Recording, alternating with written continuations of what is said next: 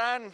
Miren, ustedes se preguntarán qué hago, voy a quitar esto con el permiso de ustedes, en una pastelería, si este es un programa más, un capítulo más de refugiados e inmigrantes.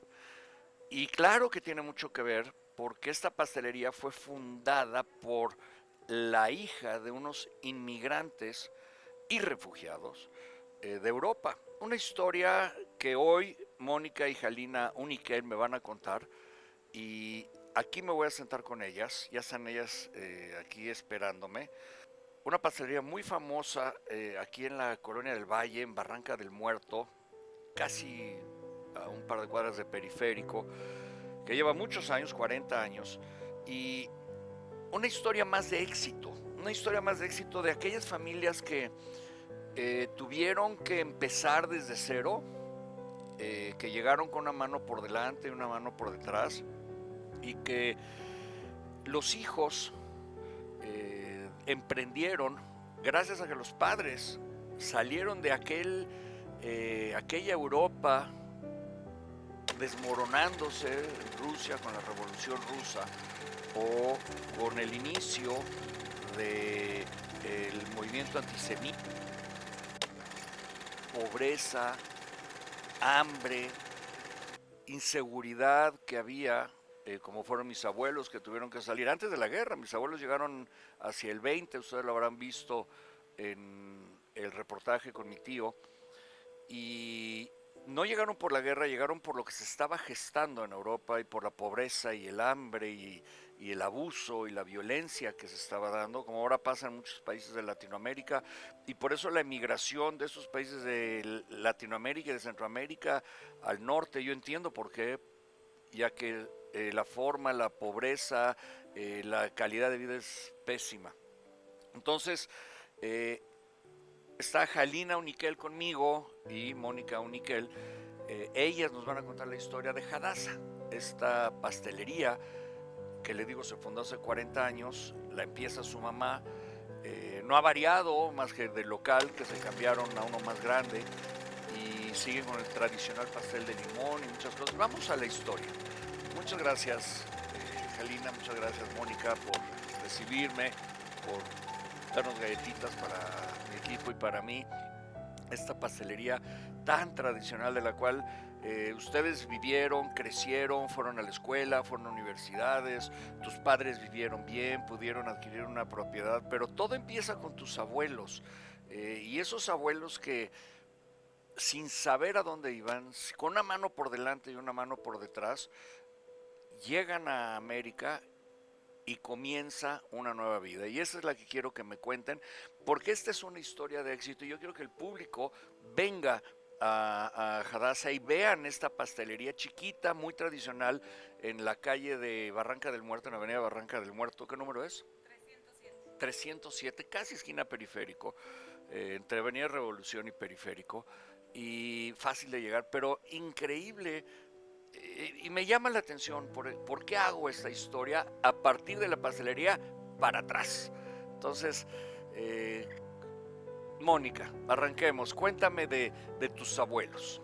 Bueno, por el lado paterno, ellos salen por la Revolución Rusa. Era una familia muy bien acomodada. Mi abuela describe su casa como un palacio.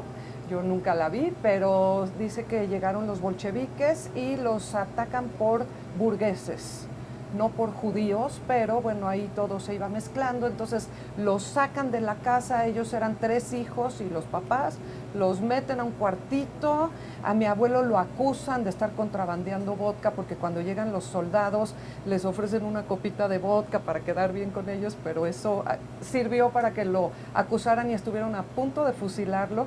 Justo estaba ayer revisando la historia que me contó y que la esposa, o sea, mi bisabuela empezó a gritarle a todos los vecinos que se unieran y que ayudaran, y entonces evitaron el fusilamiento, ¿no? Pero eran tiempos dificilísimos. Entonces, de ser gente muy bien, mi abuela estudiaba francés, tenía un trineo, o sea, era gente que tenía una buena posición, estudiaban música. ¿Y en qué habían trabajado? ¿Cómo habían logrado esa pequeña o gran fortuna? Eran comerciantes, se dedicaban al comercio, el abuelo iba a la ciudad más cercana que es Kiev, que creo que por ahí también venían los tuyos, Sí, hoy es Ucrania, Ucrania, claro. y pues comerciaban y fueron haciendo dinero, ¿no? Tenían una tienda y imagínate lo que fue salir de ahí. Tenían unos cojines, unas almohadas, una colcha, un samovar para hacer el té. Y lo que traían puesto y un cambio seguramente, llegan a Veracruz con eso. Y el papá cargando el samovar. Sí. Igual que mis abuelos, Exacto. cargando el samovar. Que luego Samovar lo tuvieron era que vender. Era de plata además, y eran como unas cafeteras, unas teteras gigantes que abajo calentaban con carbón o no sé qué es, me imagino carbón, y con eso calentaba el agua y con eso servían el té. O diluían o fusionaban el té ahí. Que era importantísimo, porque alrededor de ese objeto No había café, se reunía la gente también a platicar y a contar historias y todo. Pero llegan a México a vivir en una vecindad, como todos los inmigrantes, y su papá se para al otro día a las 7 de la mañana y dice, tenemos que ir a buscar trabajo. Y encuentra trabajo en una panadería de unos españoles. Ya llegando aquí. Sí. ¿A dónde llegaron? ¿Llegaron a Veracruz y de Veracruz al DF? Al DF, a la colonia Guerrero, a una vecindad, y luego al centro, ¿no? Donde estaban todos. Pero fue tan traumático que el papá de mi abuela se suicidó. Y nosotros pensamos que a lo mejor no dejó nota, no nada, pero que a lo mejor fue eso, fue como toda la depresión, la tristeza. La caída de haber perdido todo, no sé, pero bueno, finalmente esta es la mamá de mi papá, está el papá de mi papá, que era del mismo lugar, era una ciudad, Vinica, en Ucrania. Llega a México, él tocaba el violín, él estudió violín en el Conservatorio de Moscú, se trajo su violín, ahí lo tenemos, y una viola, y al principio tocaba en lugares de mala muerte y en iglesias y así, y luego se volvió comerciante y guardó el violín para siempre. Y se conocieron en México, se casaron en la vecindad. Que mis papás. Ajá, eran del mismo lugar, pero igual. Claro que hacían reuniones para que los inmigrantes se conocieran y, pues ahí viene el señor Uniquel y no sé qué, y se casaron en la vecindad, todavía no estaba la sinagoga, y tuvieron solamente 2 hijos. Mi tío Luis Uniquel, que fue un académico muy importante en el Colegio de México, un urbanista, hay libros de él, y mi papá. Y ese es por el lado paterno.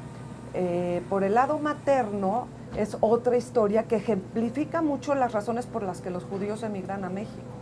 Por un lado, la Revolución Rusa están esos, ¿no? Pero por otro lado, y la mayoría, huyen del antisemitismo que era feroz. ¿De qué año estamos hablando? 1920. Claro, 1900. No está Hitler en el poder, pero hay unos pogroms que son ataques a las poblaciones judías, quemas de sinagogas, de pueblos, violaciones a las mujeres. Sí. Era terrorífico.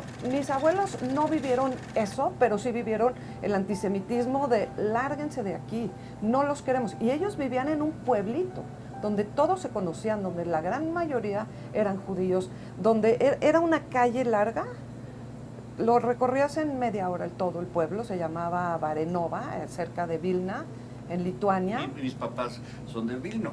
¿En serio?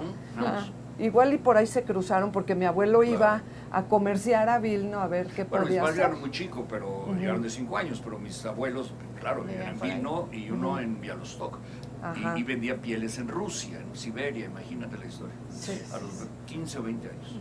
También estaban involucrados en la venta de pieles. Estaba yo leyendo que las colgaban del techo de la casa y que con un vidrio le sacaba brillo a la piel. Pero mi abuelo, el papá de mi mamá, la que fundó esta tienda, nunca supo hacer dinero. Fue un desastre con el tema comercial, siempre fueron bastante humildes, pero la familia allá eran muy pobres. Y él primero sale a Argentina, o sea, solo, como la mayoría, se fue solo, dejó a su esposa embarazada, dejó a su mamá, o sea, se fue él solo. Y hay una foto preciosa muy interesante, mostrar, que parece de no saben Chagall. cuánto material me mandaron. Nadie de todas las entrevistas me ha mandado tanto material. Bueno, esta foto que están ustedes viendo, se ve el piso de tierra, se ve la casa de madera, parece de Chagall. Y se ve una señora toda seria junto a una señora cargando un bebé. Esa señora era mi abuela, que se llamaba Adasa, y que por ella lleva el nombre de la tienda. O sea, Adasa, Adasa. con Hadasa o Adasa. Adasa, con H, ese es el nombre de tu abuela. Mi abuela. Qué increíble. Entonces mi mamá, como ya no tenía nietos o hijos a quien honrar con el nombre de su mamá, le puso a su negocio. Y entonces está mi abuela con una hija en brazos y está su otro hijo ahí parado. Los demás, fueron 6, ya nacieron en México. Mi mamá nació en México. Entonces la foto es para mandarle a mi abuelo, que está en América, para enseñarle a su bebé que nació mientras él no estaba ahí, pero en el ínterin también se le murió un hijo. O sea, son historias de todos, a todos les pasaron tragedias de esas. Él nunca los que no estuvo ahí. murieron en el barco, asesinados, los que no se cayeron del barco, los niños que no se cayeron del barco y que perdieron familias a sus hijos, llegan a México y mueren por enfermedad o mueren. Mi abuelo lo asesinaron en su joyería en 1947 en Peralvillo, ¿no? O sea, porque llegó un ladrón, punto, y lo agarró y le disparó el ladrón. Qué horror. O sea, pero se salvan allá y mueren, ¿no? En otras partes. Aquí él se va a Argentina, trabaja las tierras del Barón de Hirsch, que era un proyecto filantrópico para salvar a los judíos que sufrían del antisemitismo, que tuvieran que hacer. Él se va, trabaja las tierras, el dueño le ofrece a una de sus 5 hijas, le dice, escoge la que quieras, te voy a hacer un gran señor. Y él dijo, yo tengo a mi esposa y a mi hija. Y le dijo, no valen ni el pasaje, tú quédate, yo te voy a... Y entonces se fue, entró en pánico. Y luego se entera que su papá murió en Polonia. Su papá era un taxista de un carruaje de caballos, transportaba mercancías, se voltea, lo aplasta, se muere, y entonces se queda en Polonia unos años y luego ya tiene noticias de que en México está bien la situación, se viene a México otros 2 años y luego ya trae a su esposa, mi abuela, Adasa. ¿Qué edad tenía cuando... Pues, tu mamá, ¿qué edad? No, tu mamá nace aquí, Sí. pero cuando trae a tu abuela ya tenían un bebé. 2. ¿Que tenían qué edad? El hijo tenía como 6 Habían años. pasado 6 años desde Y entonces. la hija, pero ya él sí lo vio y convivió con ese hijo y todo, pero el bebé, pues no sé, a lo mejor tenía 3 años. Y ya aquí nacen, se van a Cuernavaca por problemas de salud, le dicen que el clima en Cuernavaca es muy bueno, pero pues ahí no había muchas posibilidades de darle una educación judía a sus hijos, que era una familia religiosa, para ellos eso era importante. En el caso de los paternos no eran religiosos. Y entonces mi mamá nace en Cuernavaca en 1939 y ya después se vienen a la Ciudad de México y crece en La Lagunilla. Déjame aclarar algo, ella es la que trabaja la pastelería. Yo le doy fama a la familia, pero ella es la que hace el dinero. Bueno, todo está sumado, ¿no? Ella y mi papá eran la parte culta de la familia y mi mamá y yo éramos la parte business de la familia, y había un hermano, que en paz descanse, que también tenía su propia pastelería. Volvería a mi tierra a pasear sus calles y a pisar su arena. Volvería a mi tierra, Venezuela grande. Entonces, al final de cuentas, ¿cuándo decide tu mamá fundar aquí en San José Insurgentes? Yo dije Colonia del Valle, no, es San José Insurgentes, y si no confundo nombres, no soy yo.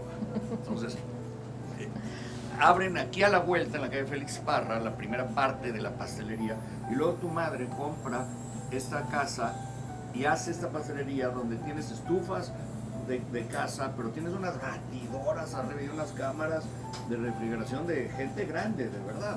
¿Y cómo empieza este negocio?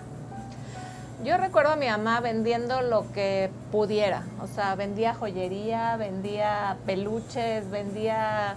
Y luego tuvo un salón de fiestas infantiles. un salón de fiestas infantiles, o sea, siempre estuvo luchando por ganar su propio dinero. Y en 1977, estamos hablando de hace 44 años, ella empezó una cafetería aquí a la vuelta, o sea, vendía pasteles, pero también tenía mesitas.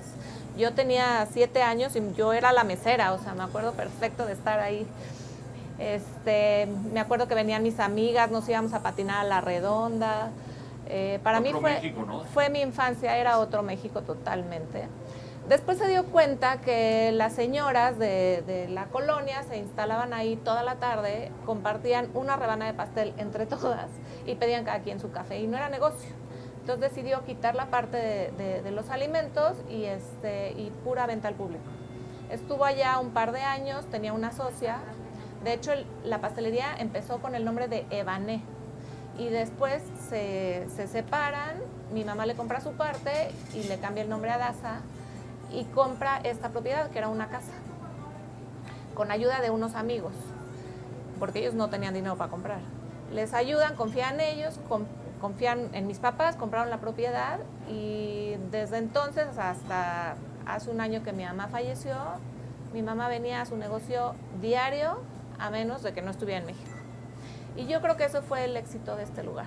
Me platicaba que como no veía en la caja, tenía una caja de esas registradoras antiguas, que gracias a eso podía sumar, hacer la cuenta, ¿no? Y hasta que ya la nueva generación, pues ya le pone código de barras, ya pone código QR, ya te estás quedando atrás.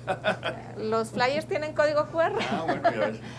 O sea, siempre ha sido un lugar muy casero. Mi mamá ponía los letreros a mano, que era lo que le daba ese ambiente como muy Amish, ¿no? Al lugar. Y pues sí, hemos evolucionado, inclusive cuando ella todavía vivía y yo ya estaba involucrada, porque yo hago banquetes desde hace muchos años. Además, sí. ¿Y qué sirves en los banquetes? Lo que quieras, o sea, hago bodas, bautizos. ¿Pero qué tipo de comida? Italiana, árabe, japonés, mexicana. Sí, buffet. Buffet, pero monto todas las mesas y todo, pero tú te paras así. A mí me mandaste por mi cumpleaños, que les debo decir, un delicioso pastel de tamal con mole. Rosca de tamal. Rosca de tamal con mole, digo, yo cambio todo. Uf, o sea, me la fui chiquiteando y un pedacito para que me dure para mañana, ¿no? Porque estaba buenísimo y no les dejaba que tocaran en la casa. Sí, yo me encargaba de toda la parte salada, ¿no? Lasañas, etcétera, un montón de comida, hacemos unas banquetes, tortas gigantes así, tortas que redondas, se parten con en pedazos y ensalada. cada quien agarra su Tortas pedazo. de torta, de bolillo. Sí, Pero es delicioso. como una rosca de reyes. Ok. Deliciosas. Entonces yo tengo toda esta parte salada, mi mamá tiene la parte dulce y en los banquetes todo lo dulce lo traíamos, o sea, de aquí. Y hace varios años mi mamá empezó con degeneración macular. Igual que mi mamá. De verdad. Igual. Perdió la vista en un ojo y medio. Se ve un poquito, hay unas sombras. Y entonces mis papás hablaron con nosotras ya hace muchos años que mi mamá eventualmente va más de salida y que a quién le interesaba seguir el negocio y pues la lógica era que a mí, porque yo estoy en los banquetes, ella no le interesa para nada. Y se fueron dando las cosas, mi mamá muere el año pasado y yo adquiero pues, la responsabilidad ahora sí total de la pastelería. Si bien yo ya estaba involucrada, pues ahora ahí te va. Y pues sí, como tú dices, con esto de que mi mamá ya no veía bien, había que facilitarle la vida y tenía una caja registradora de la era de Picapiedra, donde ella podía sentir como si fuera ciega, no era ciega, pero realmente ya no veía bien. Entonces ella tenía que sentir la textura para poder cobrar. Aunque mi mamá hacía sus cuentas de memoria, muchos clientes se impresionaban mucho que mi mamá, 36 más 124 más 80, 525, o sea, era una habilidad impresionante. Y bueno, pues sí, ella muere y pues hay que adaptarnos a lo nuevo, ¿no? Claro. O sea, ya las cosas tienen pues su código de barras. Claro, ya es otra época, además te lo exigen para los controles fiscales y todo ese tipo de cosas. Así es, tener un mayor control, pues saber qué vendes, que no sabíamos ni qué se vendía. Y el pastel de limón que yo vi que estaban haciendo una megabatidora ahí, dando y dando. Sí. Tus empleados tienen 20 y tantos años trabajando aquí, ¿cómo está Tenemos eso? muchos empleados que tienen 20, 25 años o más. Hasta el policía ya hace, 31. el que era el policía El que ya era hace el pastel. policía ya hace pastel y ya está allá arriba trabajando, el chofer lleva años. Es gente como muy leal, muy fiel a la causa. Es una familia, es una comunidad. La verdad es que aquí nos la pasamos muy bien. Eso era el estilo europeo, efectivamente. Sí. Donde tú tratas bien a la gente, la gente se queda, ¿no? ¿no? Yo Así también tengo es. gente que uno se acaba de jubilar de 30 años trabajando conmigo, imagínate. Sí, sí. Y ese pastel de limón, ¿cuál es la carga para despedir este blog? ¿Cuál es la pasas un pastel característica de de esta limón, receta? porfis? ¿Qué es lo especial? ¿Cómo lo hacen? Es un pastel muy sencillo. La harina es especial para ese pastel. ¿Por qué? ¿Qué tiene de especial? No quiero la fórmula, No, quiero no, más no. entender por qué. Pues es una, o sea, el pastel en sí no lleva lácteos. Eso de entrada. Muy bueno, entonces ya no te inflama. Ok. Pues no es que no te inflame o sí te inflame, pero hay mucha gente que no come lácteos. Este es el pastel de limón. Si quieres, ábrelo y lo enseñamos. Ok. Este es un pastel barato, ¿Qué quiere decir barato? 290 pesos. Ah, no, sí. Muy Es un económico, pastel sí. barato, el grande 390. Y se ha vuelto un pastel muy tradicional. No empalaga, no es denso. Y viene gente de colonias de muy lejos por su pastel de limón, o sea, no lo perdonan. De 10, te puedo decir, 8 son para pastel de limón. Lo que cuentan, otra cosa que seguramente le pasó a los tuyos, es que llegando a Veracruz tenían que enseñar un billete de $100 o la cantidad de $100. No para entregarlo, solo para que se supiera Que tenían que no iban a comer. mendigar. Entonces, muchos que no tenían ese dinero se los iban como reciclando para que pudieran. Pero estaba leyendo ayer, yo no me acordaba, que a los Uniquel los fue a recibir a Veracruz Tubia Maisel, no sé si sabes. Sí, claro, Tubia, por supuesto. Fue un activista idishista de la cultura y demás, pero en esos tiempos era como conocido de los Barer, que son los que estaban como a cargo, eran los que conocían y no pudieron ir. Entonces le pidió a su amigo Tubia Maisel que fuera por mis abuelos y yo no sabía eso y ayer que me enteré dije, wow. Me gustaría que el público viniera a conocer a través de los pasteles, a través de lo que es propio de aquí, la pastelería, las empanadas, en fin, la historia de una familia que hacia 1920 llega a América y hoy estas dos mujeres son las que continúan con esa historia. Aquí está el libro de la pastelería. Mónica se dedica a otra cosa, tú estás en lo que se llama la sinagoga de Justo Sierra, que es la primera sinagoga que se establece en México. O sea, la primera de los judíos europeos, Exacto. porque antes hubo otras dos. Sí, hace recorridos por el centro, por todos esos barrios, lo que se podría llamar las juderías en Europa, pero igual con armenios, pero igual con españoles, pero igual con libaneses que vivían en el centro y son Corregidora, la calle de Moneda, la calle de Regina, hasta Peralvillo, la Merced. La más emblemática se llama Jesús María. Jesús María. Ahí estaban las tiendas kosher, las panaderías, las carnicerías y demás. Yo me acuerdo haber platicado muchas veces con Jacobo Zabludowski, que fue un mentor, fue un cuidador de mí en mi adolescencia. Todas esas historias y de sus idas al centro. Entonces, no se pierda, les agradezco mucho, no se pierdan venir a esta pastelería y conocer esta historia. Muchas gracias. Alina, Mónica Oniquel, es la pastelería Adasa y dice, es mucho más que pasteles, es correcto.